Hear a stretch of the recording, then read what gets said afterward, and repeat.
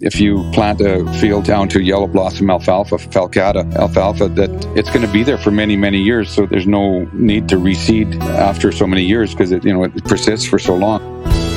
Knowledge for Resilience, a cross-commodity podcast brought to you jointly by the Peace River Forage Association, the Peace Region Forage Seed Association, and the BC Grain Producers Association. Welcome to episode 24. I'm your host, Nadia Mori. Today, I'm talking with Peter Lundgard. Peter is an organic forage and livestock producer near Grimshaw, Alberta. He also has a long-standing expertise in forage seed production. Peter was specifically drawn to the long-lasting yellow blossom alfalfa as he came across some early research information and learned about stands persisting well beyond 30 years in very harsh northern climate conditions. Stand by for great stories of the history of yellow blossom alfalfa, its many benefits for forage and livestock producers, and why it is so well adapted to our northern climate. Without further ado, let's get seeding. Today I get to talk to Peter Lundgard. Welcome to the podcast, Peter. Thank you. If you maybe could start us off and just give us a little bit of an introduction of yourself, where you're located, and how you got into the cool world of forage seed production. I was born and raised in northwestern Alberta in the Peace River region, and Fairview and Hinds Creek was where I grew up. I was just raised on a mixed farm. We grew all sorts of grain crops and forage seed crops and brome grass, and we raised cattle and sheep and hogs and chickens and laying hens and whatnot. And so I was always interested in agriculture. I went into Fairview College, and they had an ag program there in the mid-'70s, and carried on, and I started farming in the late 1970s. I guess I was always attracted to alfalfa as a crop to grow. It was a crop that was a very long-lived crop. It produced nitrogen. It was a leguminous plant producing nitrogen. There was different markets for it in hay production or pasture forage for cattle and or seed production. Anyways, I was very keen and interested in that, and I started studying it late 70s, early 80s, and I started planting fields of alfalfa. I guess it was maybe in the 80s, mid-80s, 1980s, I learned of this yellow blossom alfalfa. So I started really studying the yellow blossom alfalfa and started learning some of the characteristics and traits of it. And so I went on following that, the yellow blossom alfalfa, along with the other purple flowered alfalfas. But so I started searching for seed, and I got some seed, and I started talking to people at the research stations at Beaver Lodge and Fort Vermilion. And over the years, I studied the history of it. And so the difference between yellow blossom alfalfa and purple blossom alfalfa is that the yellow blossom alfalfa, it's a subspecies of the purple flowered alfalfa, which the Latin is Medicago sativa.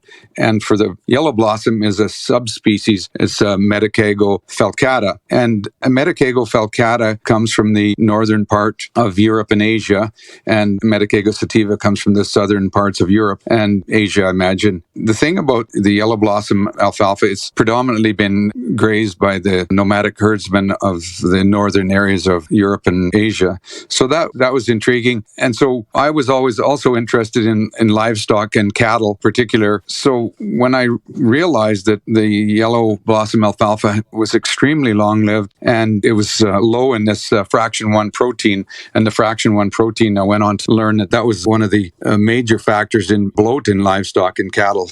So then that really intrigued me. I guess another thing was I noticed it was brought out in the late 1970s, a variety, and some of the Forage Association members in 1978, I believe it was, they started growing some of it. And some years later, I noticed it along the side of the road, and it was the only alfalfa that survived the winters, and the road grader had been grading it off the snow all winter long, and it still persisted. Where other alfalfas, if you plowed snow in the wintertime out in the field, they would just, the purple flowered ones would die. So I was really excited then to see its persistence. And of course, the other aspect of it for grazing and the no bloat aspect of it. So I did a lot of research on it. I found in 1935, it came to Canada from Russia. A plant breeder brought some back with her, and it was in Ottawa. And then later it went to the northernmost research station, and that was in Alberta, Fort Vermilion. And then from Fort Vermilion, some of the seed stocks went to Beaver Lodge, and eventually, then some went up to a research station in the Yukon, mile 1019, the Haines Junction research station. So that's some of the history of it. Then I found other history of it. There was a fellow that brought alfalfa or different seeds from all parts of the, he was a seed gatherer, and he was down in, I think, South Dakota, and he gathered over 400 species of seeds from Europe and Asia in particular. And one of the ones that he was really intrigued by was this yellow blossom alfalfa. And he brought some of that over like 1905 to 1910 era, and they started propagating it there, and then he started distributing it to farmers and ranchers. And some of that is still persists to this day that they established in that area.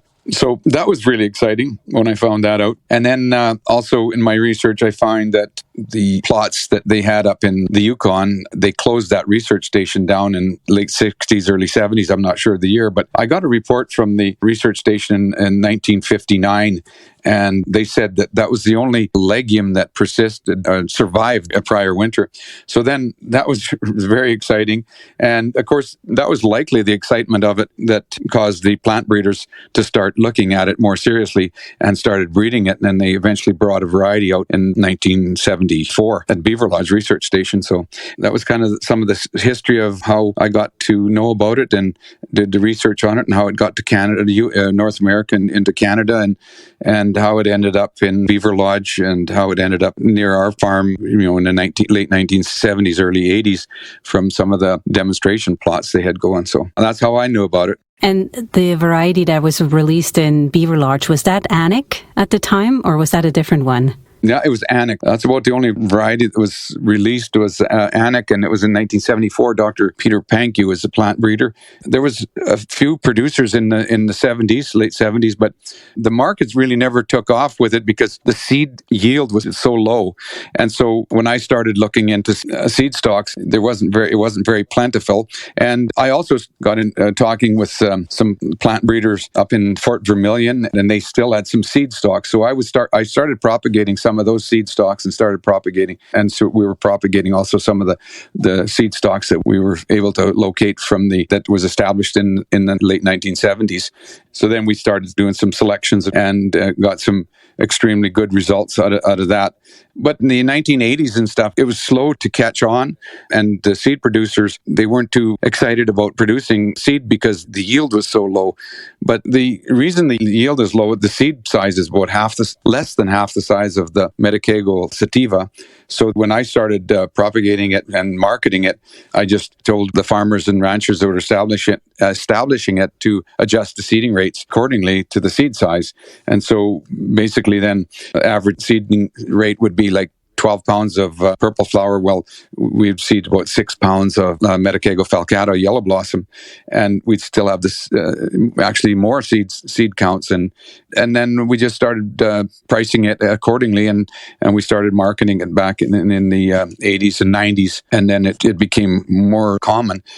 And so the great aspects of it, one, it's extremely winter hardy, lasts for many, many years. And there's the low fraction 1 protein for the non-bloat of it for cattle and sheep.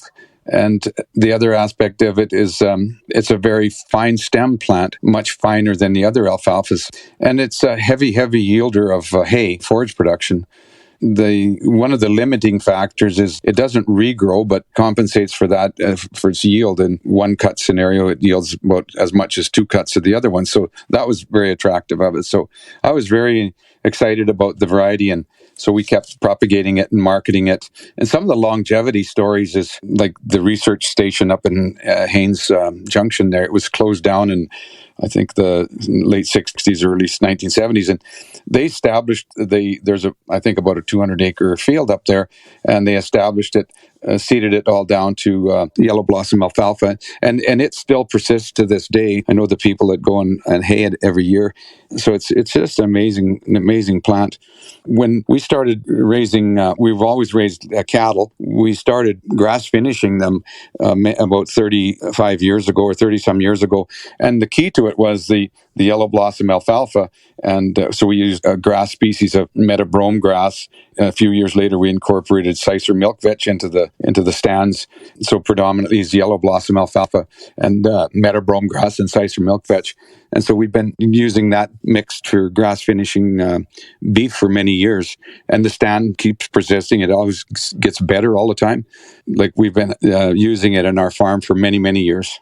It sure just sounds like such an amazing plant, and it's fascinating how it never really took off. But I think there's a few reasons, and you touched on some of them, like one of them being the seed size, right? So the seed size is a lot smaller, which you just need to take a different approach in terms of seeding it by cutting the seeding rate. But that's probably also why not a lot of growers want to grow it. Is that correct? Yeah, yes. Going back into the late 70s and early 80s, the seed producers, like, the yield was less than half, and it was very discouraging for seed yields, and comparing it to the purple flowered varieties. And it didn't catch on for seed production because of that reason. But when you adjust that seeding rate and the cost to seed it, it works out. It's actually a little less expensive than seeding purple flowered varieties because you can cut your seeding poundage per acre back. That's probably one of the reasons. Then the other reason is, I guess, the marketing aspect of it. When you're growing alfalfa seed and marketing seed, you want to, usually it's a short rotation for a lot of farms. Like they grow it for to build their soil and for hay production, and then a lot of them are mixed farms. So then they work it up and reseed or seed it to an annual crop for a few years, and then they might go back into an alfalfa crop. So for that reason, I guess that's one of the reasons, and nobody really promoted it. And where it really shines, it shines for hay productions, but it really shines for pasture production. And so I guess there maybe wasn't the promotion of it back in the 90s and 80s and 90s or whatever, in 2000s. But we started producing it and marketing it in the 90s and went into the 2000s. And I just thought it would catch on a little faster, but I guess it boils down to marketing. And then, of course, a lot of the seed companies, they're in the business of marketing seeds. So if you plant a field down to yellow blossom alfalfa, falcata alfalfa, that it's going to be there for many, many years. So there's no need to reseed after so many years because it persists for so long. So it kind of cuts down on the markets of seed. So seed selling companies like to sell a product that they can resell every 2 or 3 years. And so that's probably another reason. And maybe just the marketing of it. Nobody's really made a big marketing campaign of it. And maybe another thing too is, like you mentioned, it has a really good yield that first cut, but then it doesn't really regrow. And I think a lot of people are maybe a bit hung up on that mindset that they want to have that fall regrowth. But at the same time, that's also the key factor why the yellow blossom is so persistent, because it's very aggressive in its fall dormancy. Like it just shuts down, and that's why it survives, versus those alfalfa varieties that have a lot of fall regrowth, but then they're maybe not shutting down properly for winter and are a lot more at risk for winter kill. So maybe a bit of mindset shift there would help too. Like I tell people in the Peace River region and central Alberta and even southern Alberta, like the second cut is usually quite a bit less than the first cut in yield. But if you can get the same production in one cut as versus two cuts of the purple, you're saving a lot of money and time and cost of haying, because it's very expensive to go and hay a crop. So it's very, very beneficial to just go over your field once and get the same amount of production. And the part about the regrowth, we've been grass finishing cattle on it for many years, and we don't really rely on the alfalfa so much for the regrowth as much as rely on the metabrome grass, and probably the Sicer milk vetch comes out there pretty good in the fall too. So those are the regrowth aspects of it. But it does regrow if it gets lots of moisture and you cut it early. It will regrow, but it's very slow. I mean, I've had it blooming in fall when the leaves are starting to turn yellow. It's regrown and blooming in first to middle of September when the leaves are starting to turn yellow. So, but it takes some adequate rains. That's been our experience. That's a really good point about harvesting once and just going a bigger harvest then and saving your equipment and fuel and time. Especially nowadays with the price of fuel, the inputs, it's for like for making hay. Fuel and twine has gone up like I think double or more in the last few years. It's really quite expensive. But anyways, the cost of making hay has gone up considerably. So that's one good aspect of it.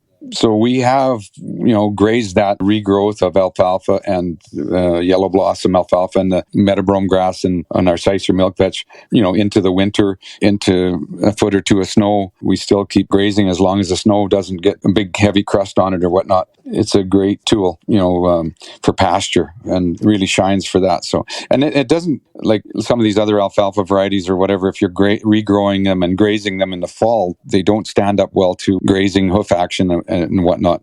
Whereas Medicago falcata, it can stand that. So we also notice that it can withstand a little more standing in water in the springtime than the other alfalfa, the purple flowered alfalfa. So that's another little bit of a benefit to it. I think that kind of sums up the grazing aspect of it.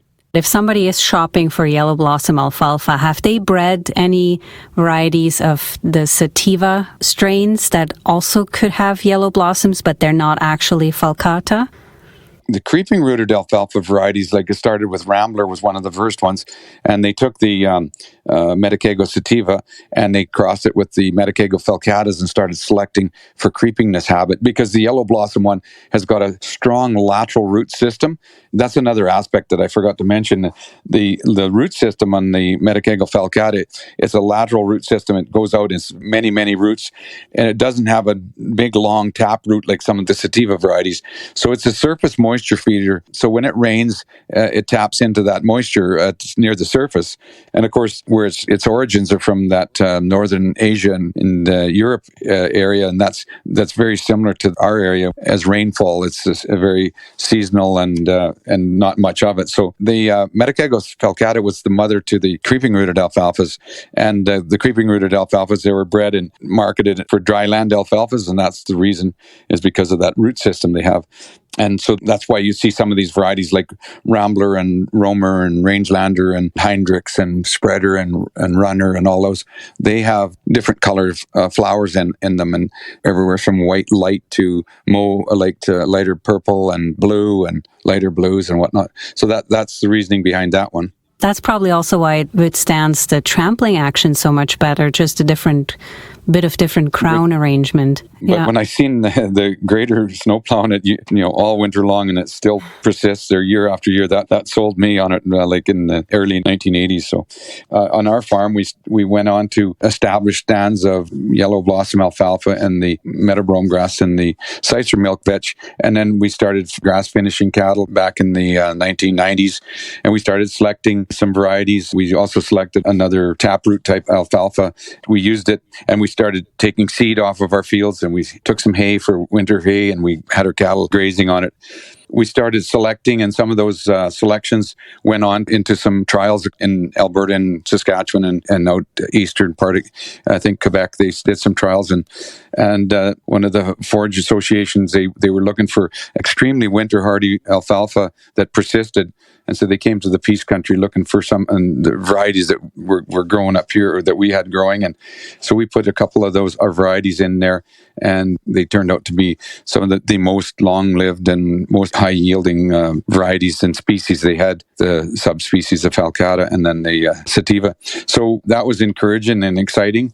I just can't say enough about that species, yellow blossom alfalfa. So and of course, there's articles about ranches down in the U.S. have been growing it in the early 1900s, and it still persists in some of the rangelands there.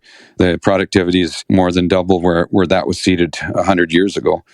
Maybe some people, they were skeptical but open to give it a try, and then were kind of amazed what it did for them. I think one of my neighbors back in the late 1990s, early 2000s, I think it was in about 1999 or something. He's a cattleman, and he had pasture, and he made hay. And I had just a seed drill, just a double disc seed drill, and no packers or nothing. So I said, take the seed drill and take some of this yellow alfalfa and seed your land down, or your pastures and whatnot. So he did that, and it took a couple of years to establish, because it was in established grasses and whatnot. But I think 2002 we had an extreme drought, And he was so happy because that was the species that saved him. And we experienced the same thing. It was just the years of extreme drought. It's there persisting and yielding. So that's an amazing story. And he still, to this day, is so happy with it. I know another client I had down in eastern Alberta, actually, in Virgin on the edge of the Palliser Triangle area.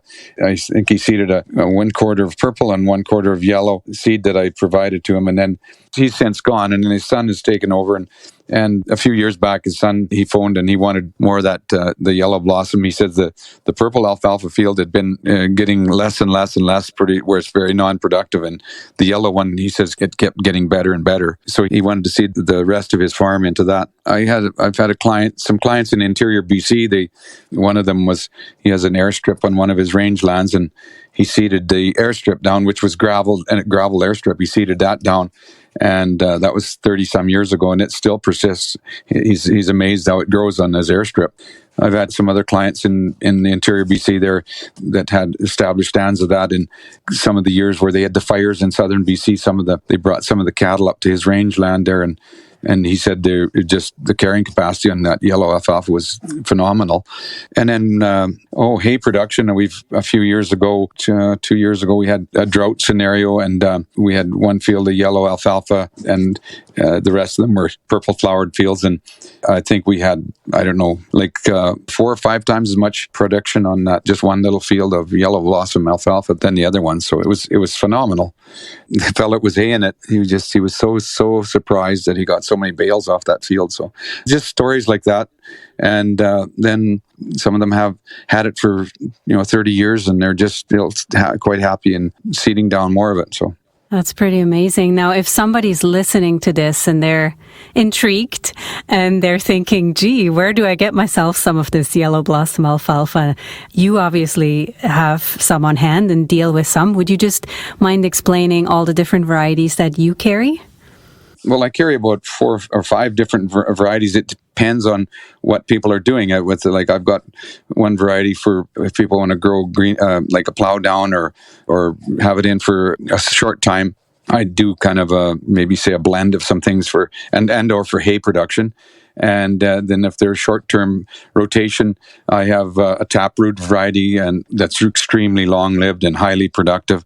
And then if they're doing a longer-term hay production, then I recommend a mix with some of that taproot one and a creeping-rooted one and a yellow blossom one, and then it's going to persist for many years. But if they're going to go for if pasturing comes up, or I ask them about pasturing, then I always recommend the yellow blossom alfalfa along with some meadowbrome grass and Sicer milk vetch. That's a long-lived pasture because those species are all very long-lived.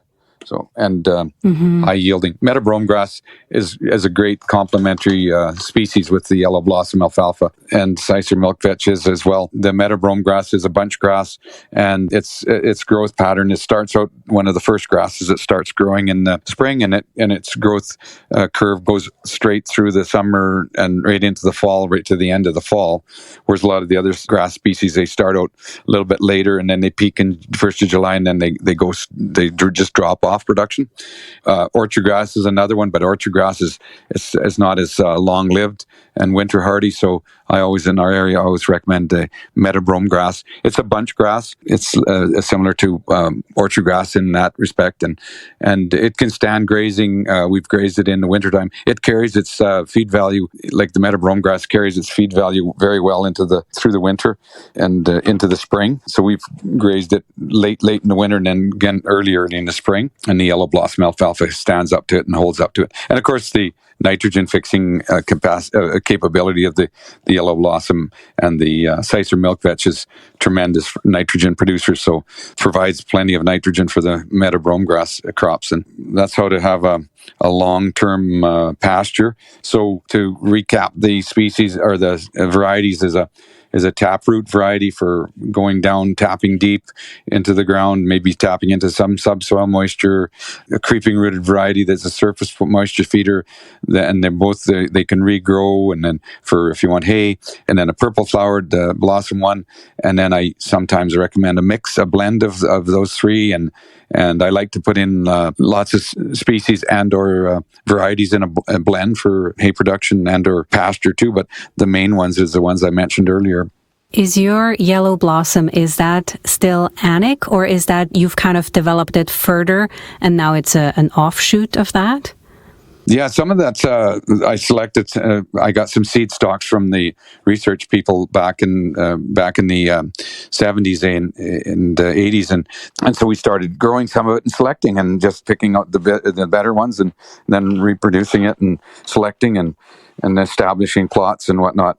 And then we just found some of the hardier ones, I guess, and we've been doing it for 40 some years. And of course, another key component of what we've been doing is the leafcutter bees for pollinating. So we've been doing the leafcutter bees for 40 some years, and we use them for the pollinators of the alfalfa, and that's where our seed stocks originated from, I guess. And we've also harvested fields that were established with Annick over the years too, but they've been in trials and they've been a little more persistent and more production oriented. So, that selection helps over the years. So that's the ones we predominantly carry. They're breeding other yellow blossom varieties too, but they're not the original falcatas. But down in the U.S., they brought out some variety here just three or 4 years ago. And then there's some other varieties that they've crossed, and they're predominantly yellow blossoms too. But I'm not sure if they're the original genetics and whatnot. So I was interested in the original genetics that had that long-lived winter hardiness characteristics to them. So that's what we've been kind of always striving for. What is the best way for somebody to reach out to you? Well, usually I put some ads out and we do a lot of door-to-door sales and talking to a lot of farmers and ranchers. We don't put too much energy and effort in advertising, but there's a lot of word of mouth. Some of the people that have grown it, they talk to their neighbors, and we do a lot of traveling around talking to farmers and ranchers. That's where we spend some time in the part of the winter, late winter, early spring. We spend a lot of time on the road talking to farmers and ranchers. And a few years ago, I started a consulting business for regenerative agriculture. I call it Regen Eco Ag. I do a consulting for mineral balancing soils, establishing long-term perennials, and grazing management, etc. I think, if they hear about it, they usually find me and give me a call and take it from there, I guess.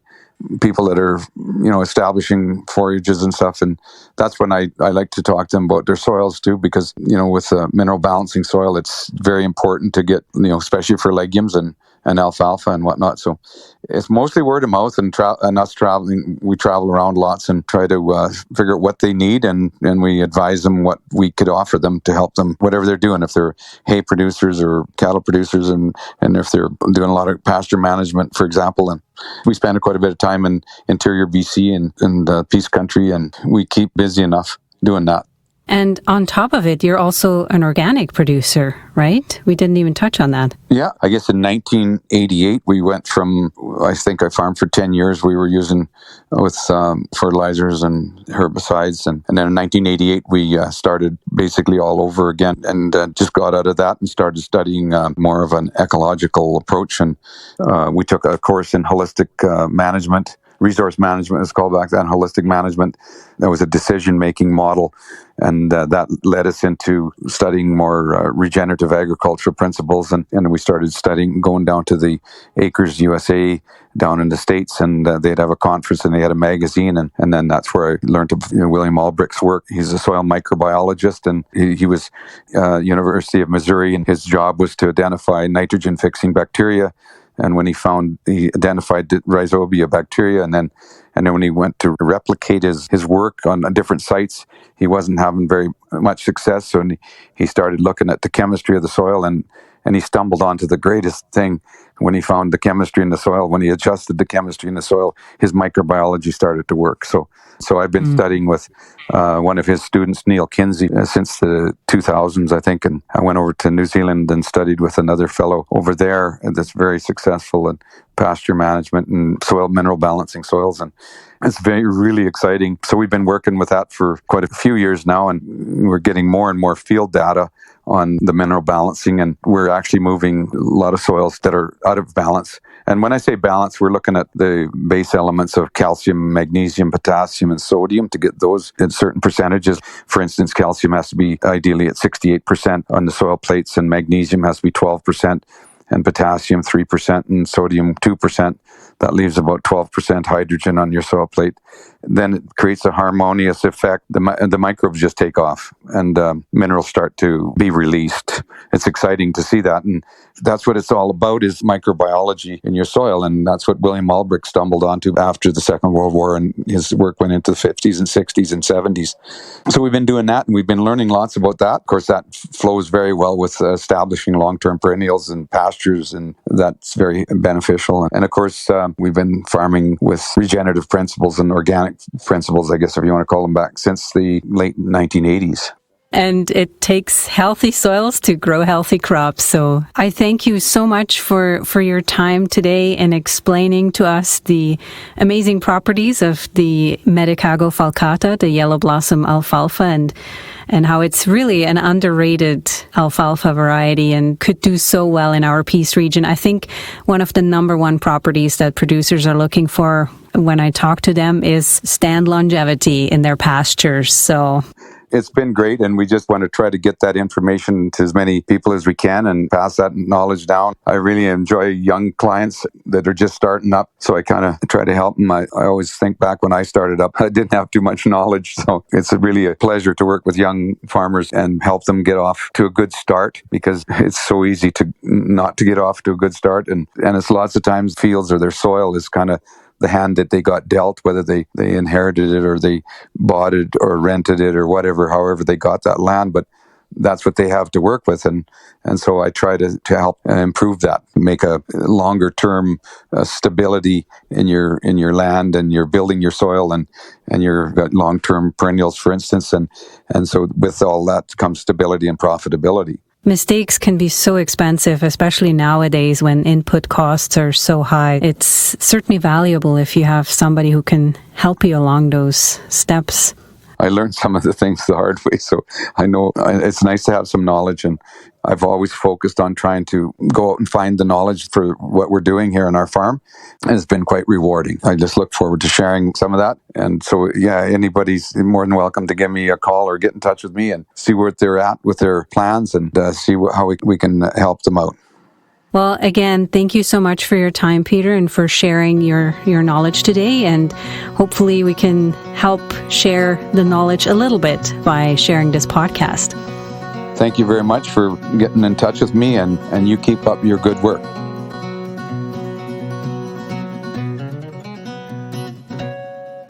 Welcome back.